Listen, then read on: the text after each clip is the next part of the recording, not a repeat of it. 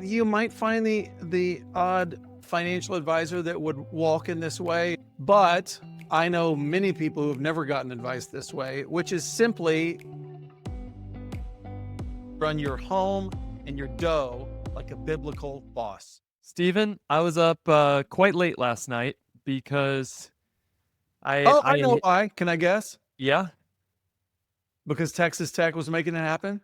man, they were, and I got to confess, I had sort of gotten frustrated because they were down by like 20 points for most of the game, and I had said it doesn't help the world for me to be angry at this television, so I'm just gonna say what a good season, great bunch of guys, see you next year, and I was brushing my teeth and I ran downstairs, woke my oldest daughter up, and said, "Honey, they've got it to within 3 Oh, that's with 1 fun. minute left." That's fun. And those Red Raiders pulled it off, and so Yes, they're they going to did. the Elite Eight, which is pretty fun.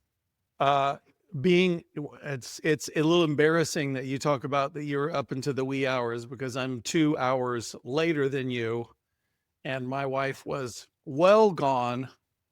And as she was tucking herself into nightland, she said something like, "It's a 12-point game." And she's very dialed into March Madness. She's like, "The Razorbacks look very good. It's a 12-point game." I said, "Don't you count out Texas Tech. They're not done." And sure enough, right at the bitter end, I'd love to see, how you can see the percentages of who's going to win. It Yeah, had to look just like this right at the end. I mean, it just had to go like whoop. it's pretty fun. Yeah, they called it a less than 1% chance Oh, for that's like the cool. entire second half. Moving on. What are we talking about today? Mm, I tell the people how this topic of having these 9 ideas that your yeah. ding dong financial advisor would never tell you. How did you come up with this? Somebody else made this podcast, but they don't have a very big audience, and I said we could rip it off and pass it off as our own. Smart. No, that's not what happened. But I was on Twitter, and somebody posted, another financial planner posted his like hot takes that you wouldn't expect a financial advisor to say because they conflict with kind of the money magazine wisdom or whatever. And I said, I have my own hot takes, and they're not the same as this guy's, but I bet we could share them to our audience, and that might be valuable to the listener. So what we're gonna cover today is 9 opinions that you or I have, or maybe both of us, we might agree, that are controversial in that they're not what you might expect from a financial advisor to tell you. And I'm kind of looking forward to it because you might know I like controversial opinions. I'm Yeah, at my right. best when I'm trying to disprove the masses. Well, to get us into your first shocking truth. Okay, okay. We've done a whole episode on this. Maybe we'll link it in the show notes. Um, but credit cards. Have you heard Dave Ramsey talk about credit cards, Steven? He warns you off of those suckers. You know what? Not only do I know that he says that, I used to work at a church, and the finance guy at the church was very big into, well, we need to get all our people through the Dave Ramsey because most Americans are in financial straits. And so like he had like on his wall a big sort of more mosaic that somebody made him out of destroyed credit cards, and it was some holy noble thing. Anyways, yes, that's Well, a big deal. I'm here to say today, Say it. credit cards are actually good for you. Ooh. Um, and so, you know, here I tried to kind of, as we are wont to do here at the Abraham's Wallet podcast, I tried to see, do my hot opinions line up with the scriptures at all? Oh, Um, and Proverbs 21:5 is a verse that we have been partial to at Abraham's Wallet. It says, "The plans of the diligent lead surely to abundance, but everyone who is hasty comes only to poverty." And my headline is not just credit cards are good for you. It's that credit cards in and of themselves are not evil. Hasty and undisciplined use of credit cards is. But the principle is planning. So when you're intentional, you can use tools like a credit card wisely, and they actually can have all sorts of positive benefits. So I encourage our clients when we're doing financial planning, unless they are, it's kind of like the Baptists with alcohol. I bet your boy was also not a big fan of strong drink with his credit card mural, given your Yeah, Baptist probably. upbringing. But I think what has happened, I grew up in a Baptist church where alcohol was pretty much like this is a bad thing. And everybody kind of did it, but they didn't talk about it. Or they talked about it being bad, but then they did it when they were alone. With credit cards, I think a lot of especially Christians say credit cards equal debt, and that's evil. And you've taken something that can be a good thing and a part of life that is enhancing. In the case of credit cards, that looks like, hey, Steven just got a $500 REI gift card because he signed up for their credit card and they paid him just to use it a little bit for things he was going to buy anyways. Mark got to sit in first class last time he traveled on Delta because he's been using the Delta card.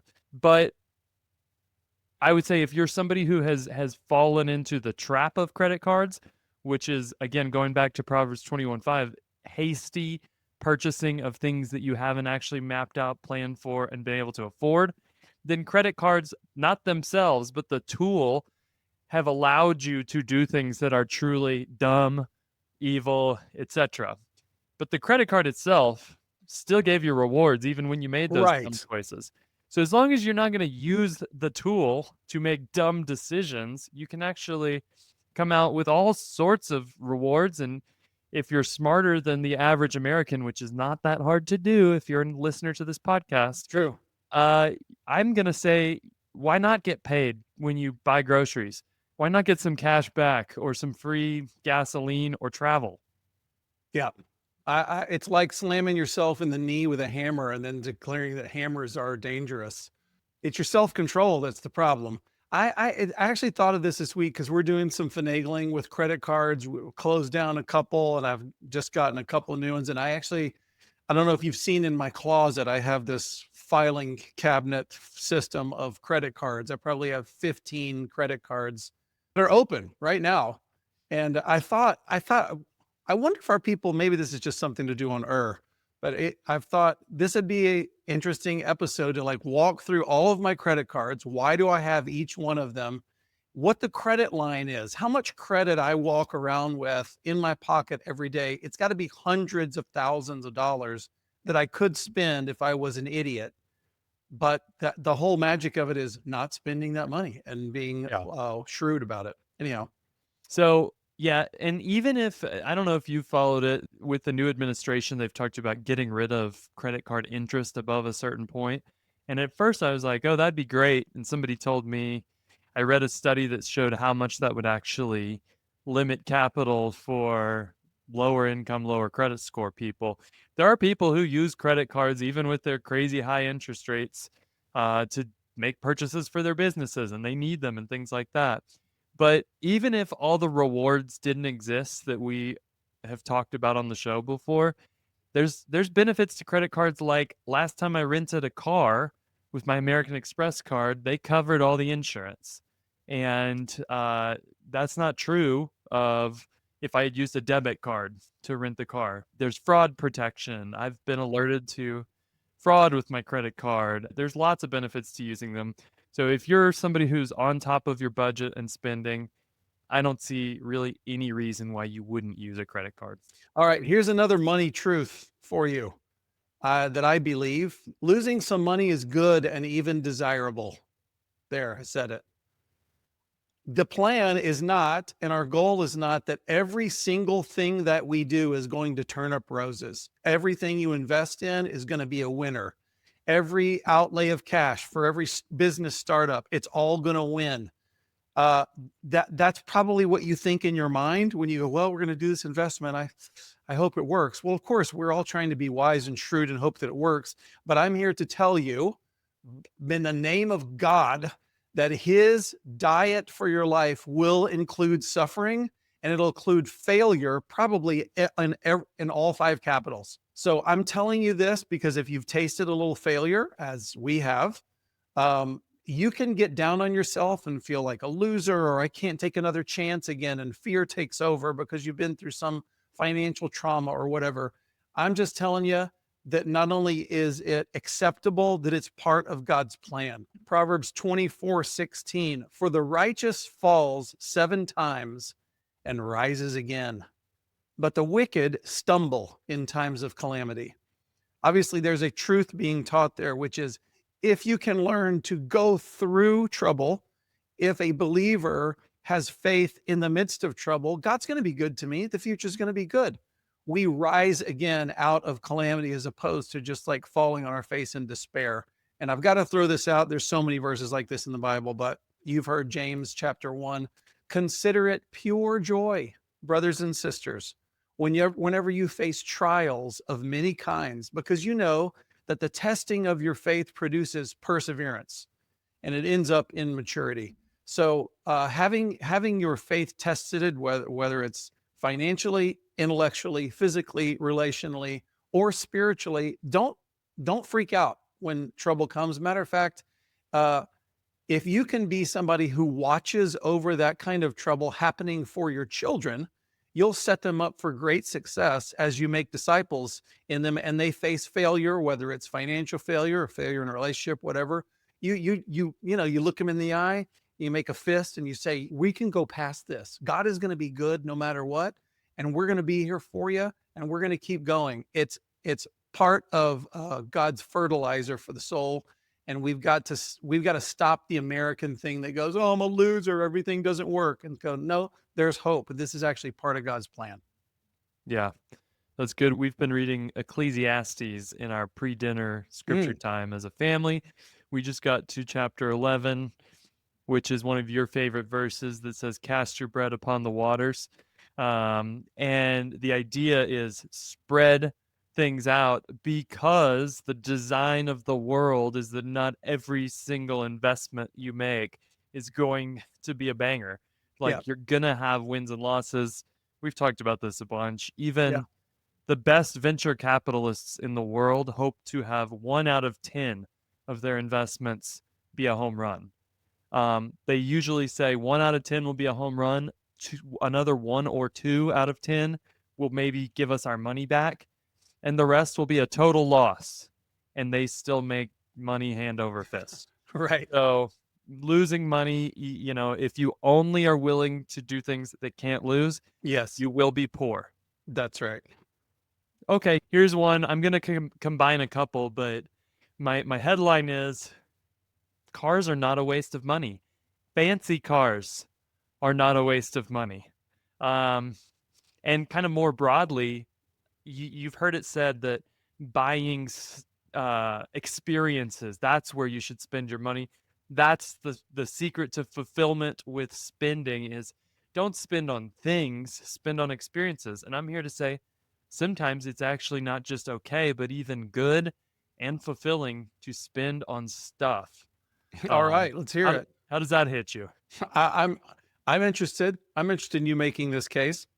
Well, I started by thinking about cars because I've always been taught, the second you drive it off the lot, it's worth 25% less. And it's a depreciating asset. You should just, I guess by this logic, we should all drive the minimum functional vehicle that gets us from point A to point B. Um, and we're kind of starting to get close to car buying time. I talked about this a while back. We thought we were going to buy one a year or two ago and didn't. But we're gonna pass along the current family car to my daughter when she turns 16, and we're gonna buy something else. It's why I'm a little bit uneasy about these tariffs, Stephen. They're having an effect on the car market, but Yeah. um, I think that one thing my wife and I looked back and went, we bought a nice new car for her 12 years ago, 11 years ago. Um, we have lost exactly 0 days because we bought a very reliable car and spent money to maintain it. 0 days in that 11 years has she been at the auto shop getting it put back into service. Wow. 0 times, except if a kid left a door open and it had to be jumped because the battery was dead. Yeah. 0 times has she turned the key and it didn't fire up. Wow. So this is not an ad for Toyota, but I will say Toyota is the way to go. Uh, but even without just that kind of reliable, dependable asset component of it, some people just really get a thrill out of driving a cool car. And we don't think at Abraham's Wallet that all of your money has to only be deployed into productive endeavors. Some of your money, we've talked about this with luxury spending, some of your money, it's okay to ask the Lord and say, would it be okay if I spent some of this money on something that I just think would be enjoyable and delightful? And I just want to tell people that's not wrong. And of course, yes, there's a ditch on both sides of this road. And we can't, honestly, we can't tell you exactly foolproof parameters for what that is. That's right. I was into watches for a while and I owned some watches that somebody might go, that's a absurd waste of money. Could I look a Elon Musk in the eye if he bought a $150,000 watch and say that's evil? I don't think I could. Right. If you're hoping we'll tell you exactly what purchases of stuff you're allowed to make, we're not going to. James, going back to James 1, in verse 17, it says, every good gift and every perfect gift is from above, coming down from the Father of lights. I think this is where we say, there's a lot of things that can be distorted and done evil with, but the fundamental nature of the world that the Lord has created is that there's a lot of good gifts to be enjoyed, and some of the gifts out there, the things in the world, it's okay for us to enjoy them, and we just the hard work that we have to do is then ask the Lord, which ones of these would it be wise and shrewd of me to spend some of the money you've left me in charge of to enjoy? Um, Going back to kind of the idea of experiences or possessions, the right possessions can sometimes create a lifetime of experiences. Um, you know, if you buy a vehicle that's really fun, you actually get to enjoy that. Now, we've talked about the diminishing returns there. I promise you, if you buy a Ferrari, it's still going to generate the same brain waves that a Honda Civic does. If you've made that your daily driver, eventually you're just going to get in and go, "This is my car." So bad news there. Maybe rent your exotic cars instead of buying them. Um, but things like I just bought a guitar 6 months ago, and we've talked about that. It kind of motivates me when it's sitting in the corner of my office to sit down and play and learn. I'm like, I'm still every day almost going, this was a great purchase. And I've screwed it up too and been like, wow, this was a waste of money. I didn't want whatever I bought was junk and I shouldn't have done it. So I don't know. Maybe this is the same principle you just covered. Sometimes you hit it and sometimes you whiff when you try to do this. But as a rule, it's okay to buy stuff. Great. Good word. We always got to keep, well, because we are constantly ringing the bell of financial stewardship and being responsible. It's always good to touch on occasionally. There can be legalism that gets into that, where every dollar's got Of to be the course. most efficient way possible, and then you get into the same thing where if a something that you're trying fails, well, then you feel immoral. Well, I didn't. It's not the most efficient. The Lord knows it's not the most efficient thing. I'm taking my wife out to dinner tonight. Here we are. It's April, and I'm making up for the Valentine's meal that we didn't get to do. So that's happening tonight, and it won't be the most efficient use of dollars that I've ever had. I can assure you of that, because that's not all that life is about. And I think of the verse in Timothy where Paul says, everything is to be enjoyed if it's received with thanksgiving. If you can honestly Yeah. say before God, I'm grateful to you for this. This is because of your kindness. Then it's okay. I was thinking while you're talking, we have some friends who were principal owners of a company that did very well. And when it was retirement time, they got a golden parachute of over $10 million for it. Now, I also know that these people are generous. I know they gave away more than $1 million of that 10. Okay, now you tell me, what are they allowed to do with that money? Can they go on a $50,000 cruise in a week where they just burn through $50,000 on an amazing vacation? Is that immoral for them? I'd say watch out for anybody that's going to make judgments over them and start making accusations about what they can and can't do. They've got the money, and it's between them and God how they use it. So yeah, we got to be graceful to others and to ourselves, about making every single cent count. So that's our, as you said, there's ditches. Yep. All right, Hit us with ready? number 4. Yeah. Here it is.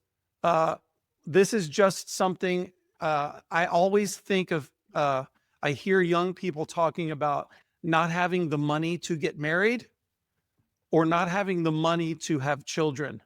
And we've talked about this before. And I think that the wise conservative financial advisor idea, what are you saying? I'm miming the action of grabbing them by the collar and slapping them upside the head. Right. So here's what I just want to say that your run-of-the-mill financial advisor won't say. Wife and kids are assets. They're not liabilities.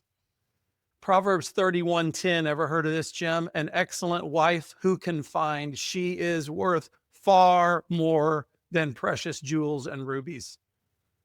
Amen to that. We know that there are financial, just look at the studies.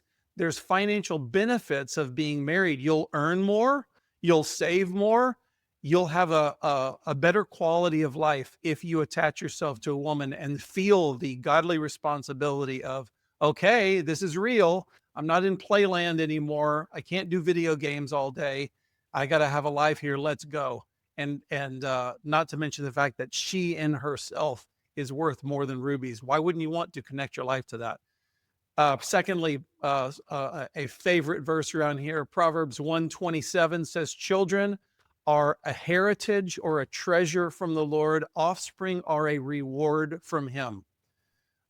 So children are treasure. They're treasure in the short term because of the love and there's something they do cement in a young couple. They bind them together. We know that we have a mission here that's going to last for 50 years, which is our mission is this child now. The child also produces, if you work your family, not like an American, but more like a Bible believing Hebrew, then you build generational wealth with that child. So the more children that you have, the more wealth you have. If you're thinking in short term, oh, we have to buy a crib. Don't do that. Don't think we might have to buy a banana for our newborn. Oh, we wouldn't have had to buy that banana otherwise. You're really thinking like a poor person who's stuck in the spirit of poverty. That's not the way that it works. Children are a treasure. Receive them that way. Receive marriage that way. It's wealth. Amen. I'm gonna circle back on that on my last one. Okay. But then my next one is not going to be a shocker to our audience because we've talked about it over and over, but it is really controversial if I rolled this out at a financial planning conference. And it would be, I think not all of your giving dollars should be tax deductible. Whoa. So we know based on the statistics that most Americans basically give zero. Like it's rounds to zero what most people give in terms of generosity. That's true amongst professing Christians, and it's true amongst just secular whoever's in America. But when they do think about giving, they typically think about donations to 501c3s, such as Abraham's Wallet, 501c3 nonprofit. We love And our donors. I'll just insert that one real quick. yeah, and so people think, well, if I'm going to give, I'll choose a 501c3 nonprofit because that is what the government has told me giving is. And I am here to tell you that the most meaningful generosity that I typically see from families won't show up on your tax return. Giving to people directly, Matthew 6, Jesus says, when you give to the needy, do not let your left hand know what your right hand is doing. We could even extrapolate that out and say, you know, should I be alerting the US government about all of my giving behaviors? Maybe not. But if somebody doesn't have, they've never really experienced joy with giving, a lot of times I go, that's because most all of their giving has probably been some auto draft thing they signed up for at church that says, well, this much comes out of my account each month or week or whatever. And sometimes the medicine for that is go to Chipotle and do the Stephen Manual and go up to the register and say, everyone in front of me until I get there, put them on my bill, and So just simple. start to experience the joy of generosity. That you might buy burritos for 5 dudes who are all way wealthier than you. Yeah. It's not really about I've got to find the specific neediest person even.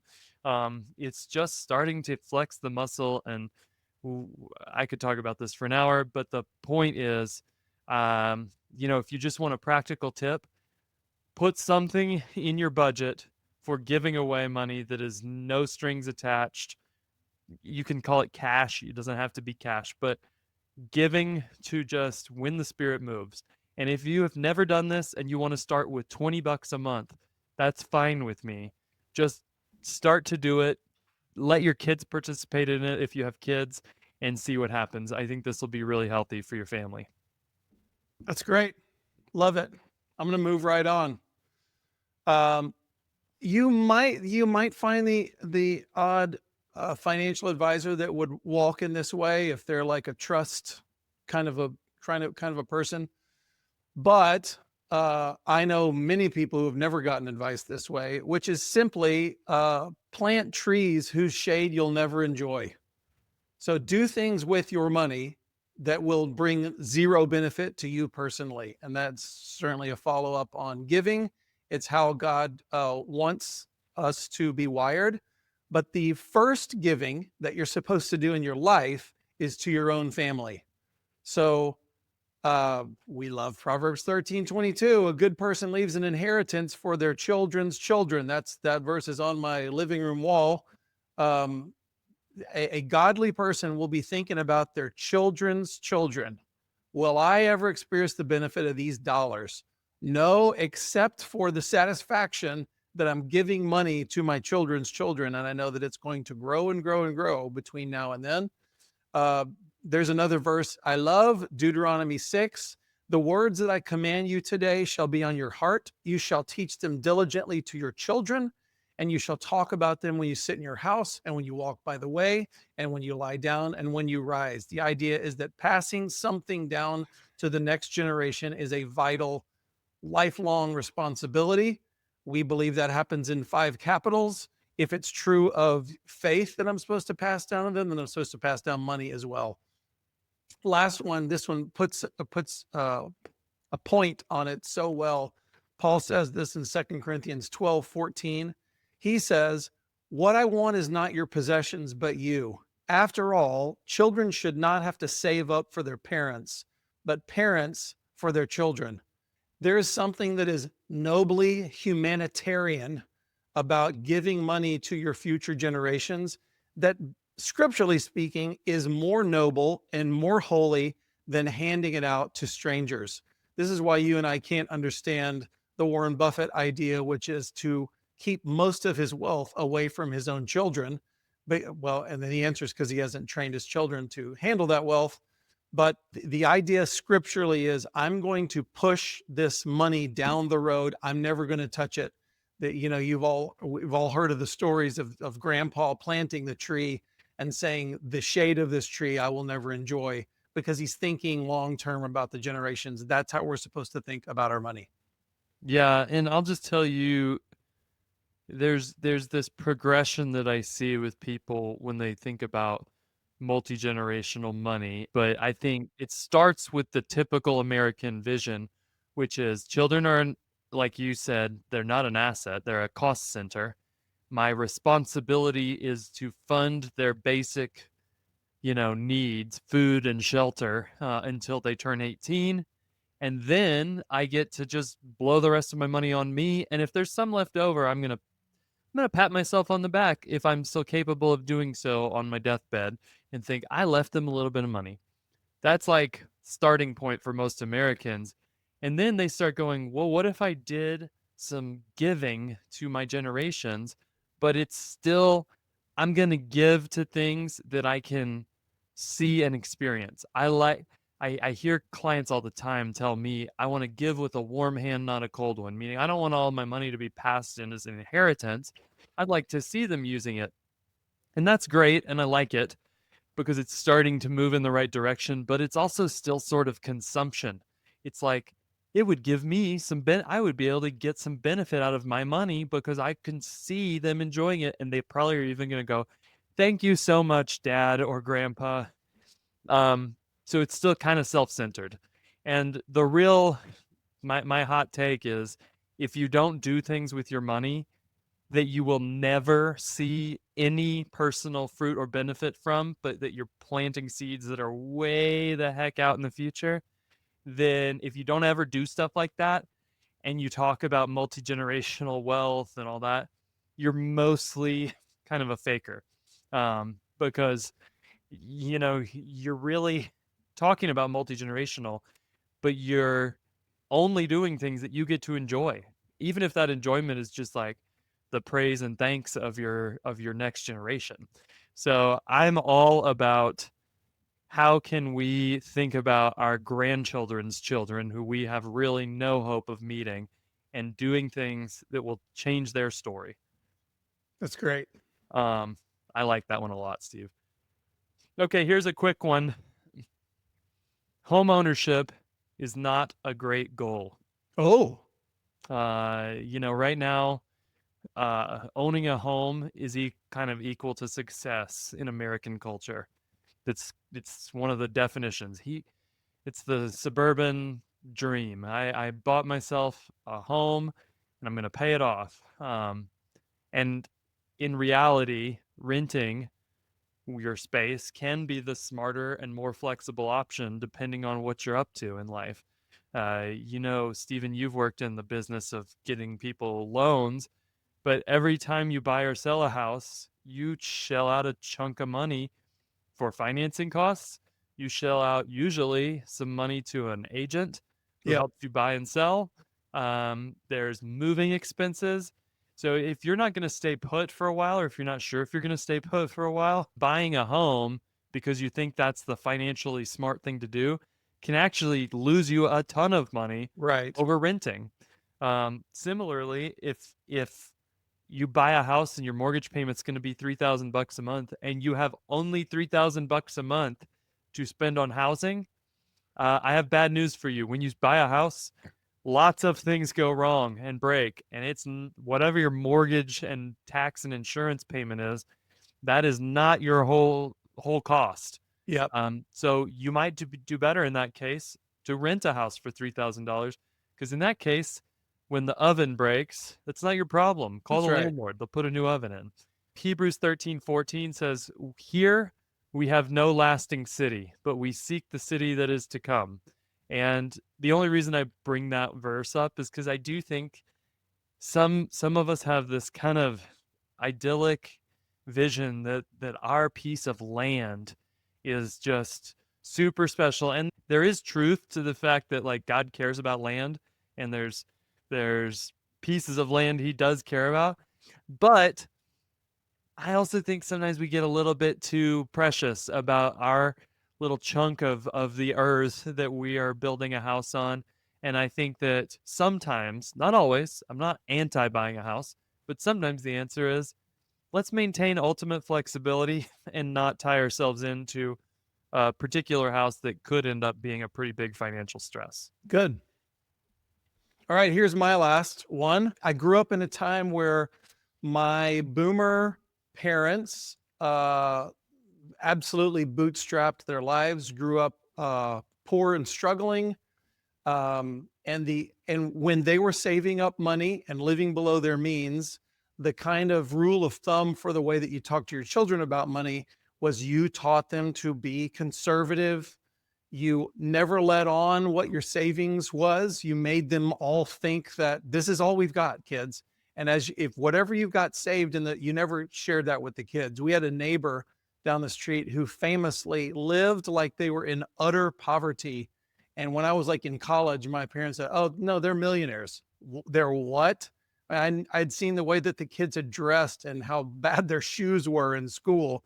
Oh yeah, this guy just socks it all away and never spends anything on his family. You can't believe how meager this guy was.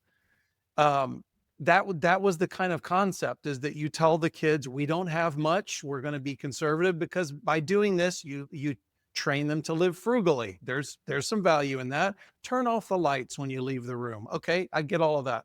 Conservation, great. I'm deciding to go a different way. Ready for this one? Tell your kids they're rich. Um, the idea is, I want the kids to know, we've talked about this before, our possibilities for spending are much greater than what they see. Number two, the wealth that we experience today is going to be greater for you. When you're a parent, you'll be managing more money than we have now, because we're going to continue to live below our means, and we're going to continue to grow wealth for our generations. You are going to be managing more wealth, and when you die, you'll be leaving behind more wealth than you inherit from us. So we want to be ingraining in their minds, we are the managers of a growing fortune. Yes? You only say that to your firstborn, who you're giving all the money to, though, right? Of course, duh. Okay. So Proverbs 13:11 says, wealth gained hastily will dwindle, but whoever gathers little by little will increase it. Obviously, this principle to children is slow, steady work leads to lasting wealth. Get rich schemes are not what we're about, but we're growing wealth. Proverbs 21:20 says, the wise store up choice food and olive oil, but fools gulp theirs down. Obviously, there's nothing left if you gulp down all the choice food. We are putting choice food aside, and we're going to be handing it to you, and you're going to be quite well healed.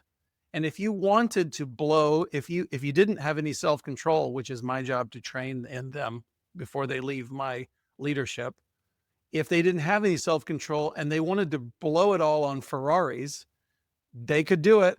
That's within their purview, and I want them to understand. I want them to get that responsibility.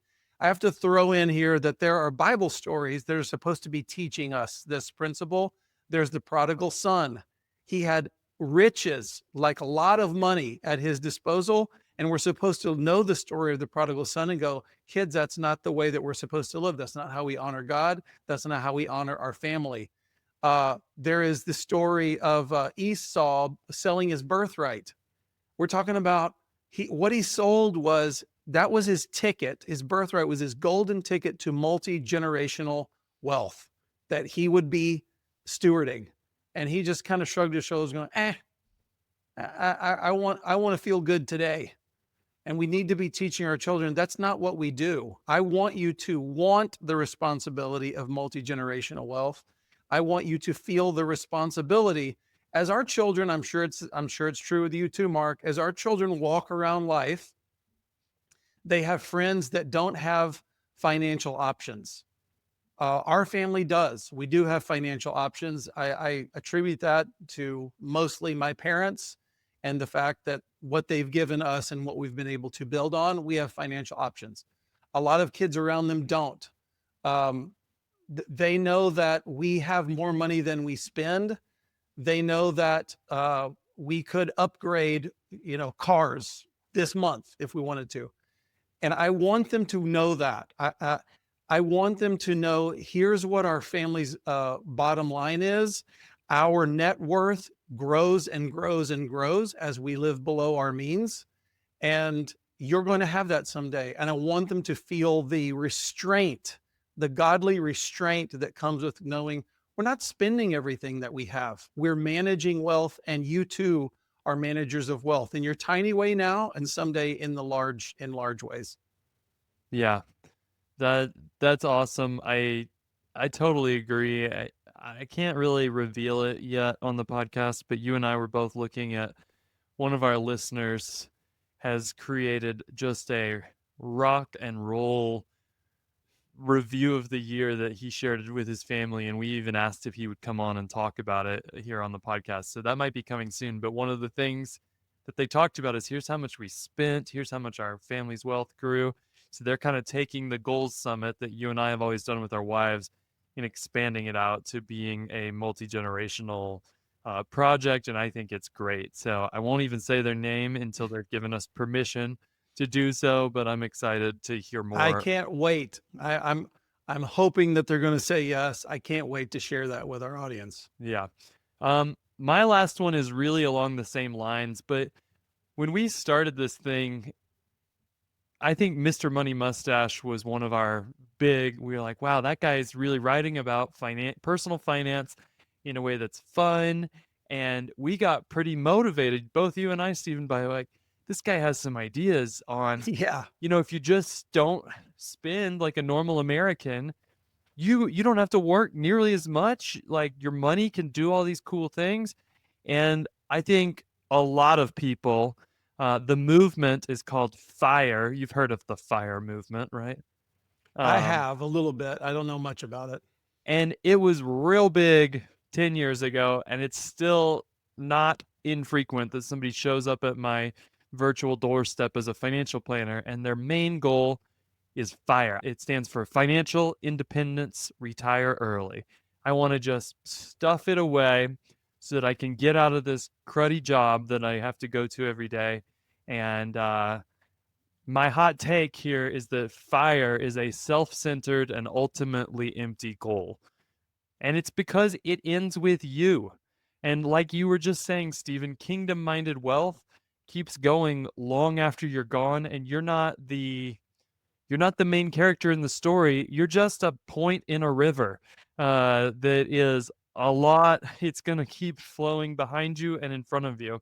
Um, you talked about Proverbs 13:22. It's very clear that inheritance is not just a nice thing, but it's expected of a good steward. If you want to be thought of as a good man, you will leave an inheritance not to your children, to your children's children. So multiple generations out. You know, I think that this whole movement is built on the idea that once you've got enough for you, whatever that is, it might be for you to live super frugally, it might be for you to luxuriate for all of your days, but whatever that is, once you've got enough for you, you can check out. And I think it's a really shallow finish line. And personally, we're not here to toot our own horns, are we, Stephen? Is that Uh, not primarily. That's not the primary goal. No. right? But we are gonna toot a little bit today, Okay. Two. because you were just talking about how you could buy a car when you wanted to. Uh, I could retire today, Right. like, and never have another dollar of earned income come into my home. Um, my house is in a spot where, if we wanted to pay it off tomorrow, we could. We have investment accounts. And actually, the effect of that going, oh, if my goal was just to like pay my grocery bill and my utilities from now until I die, I can do that with the money I've already made. Um, it did not have the effect on me of going, well, I just want to work 10 hours a week and just kind of what's the point? It had the opposite effect because my goal is not to build a bigger lifestyle.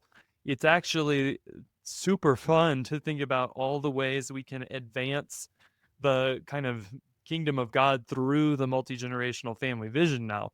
Um, and so that means there's things in my financial plan. My financial plan looks kind of weird because we've got about the same or less ending assets that are in my name in my financial plan, which isn't to say we know what's going to happen in the future. It's just kind of a hey, here's a potential path that we are kind of using as a guideline for making decisions. There's about the same assets when I'm 85 as there are now. And mostly because we have pushed so much of that into the future in places like what you were talking about, Stephen, funding things that we'll never experience. but also funding some stuff that's like, for example, we said goals summits have been so good for us as a couple. And what would it look like to not just have a college funding plan, again, kind of that old model of once they're educated, they're not my problem, Right. and saying, we have 3 daughters. What if we wanted to fund a goals summit for all 3 of them until we die, to go on with their husband? Well, just take that off their plate, not just so that we can give a gift, that's nice, but so that they can take the money that my wife and I are spending on gold summits for each other once a year, and they can use it to push money even further out. And so that's Right. where, like, these little things, it's not a humongous amount of money, but these little things, other stuff that we've talked about is we live in a very high cost place. We would like it to be possible, at least, for our family to all live here for the long term. But to make that happen, we probably need to have a plan to help with down payments for houses. Yes. Um, Private school tuition is very expensive, and it's a lot harder for most families to cover than college, because by the time your kids get to college, most people are in their prime earning years, and it's actually doable. Yeah. I know it takes a lot of planning, but it's somewhat doable. But it's really hard to afford private school when you're 30 and you're at the early phase maybe of your career earnings. So all of this stuff is stuff that we're like, just by working now, we can check some of this stuff off the list for future generations and give them permission to start thinking about, well, our parents didn't have these things covered for them, but they were able to cover it for us. What could we cover for like the next 10 generations? And it just snowballs. So getting to kind of a fire money level for me was super exciting because it meant like I got permission to start thinking about some of this big picture multi-generational stuff, and I wasn't fully focused on, am I going to be able to, buy groceries when I'm no longer working a 9 to 5. Right. Well, that's great. 9 unconventional truths that your financial advisor won't tell you. I'll just say in conclusion that when you're watching I don't know, an advertisement or a video, or you look at a brochure that goes, now here's conventional wisdom about finances, we certainly wouldn't tell you not to follow conventional wisdom. I think we're supposed to learn. God tells us to learn and understand these systems of money for our spending, our saving, our giving, for building up wealth for the future. But just know that when you're looking at things from a biblical worldview, you might have an unconventional take on some things that the world would think about twice. And that's what it's like if you're going to follow in an Abrahamic way. So bless you all as you try to pursue these things for your family.